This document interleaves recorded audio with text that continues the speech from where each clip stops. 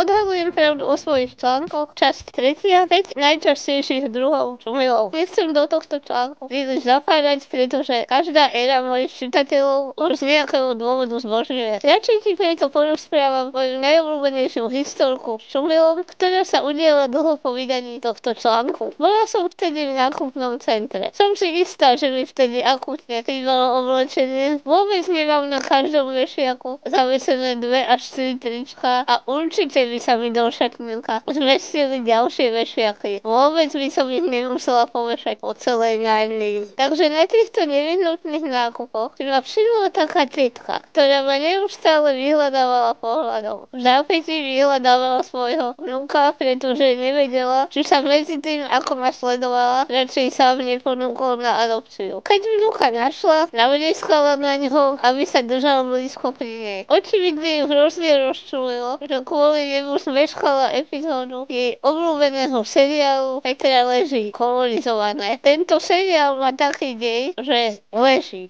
leží a potom nastane zvrat. Vie to nie pohol ruka trička, čo sa asi pohne ako ďalšie. Ale táto čumilka si povedala, že toto je ideálna relácia pre ňu. Takže som si len všímala, ako na mňa spoza regálov vykúkajú také 2 hlavičky, ako keď v animovanom filme niečo zvieratka chystajú. A potom čumilka zbadala príležitosť. Zaradila sa do uličky vedľa mňa. Tak si vedľa mňa cúvkala, že blízka si ma obzerala a vnúka tlačila pred sebou. Bol síce chodiaci, ale aby nenarušil moje tempo. Moja strana uličky síce končila v ďalšej uličke, lenže čumilkina strana uličky končila v ďalšom regáli. Takže ona vtlačila vnúka do regálu, vnúk tresol, spadol, ona sa o neho potkla a tresla do regálu tiež. Jeho obsah zarachotil na celý obchod, oni sa tam rozčafili na zemi a aby som pridala sol do rany, ja som sa jej na plnú plúcnú ventiláciu začala smiať priamo do ksichtu. To bol jeden z najkrajších momentov môjho života.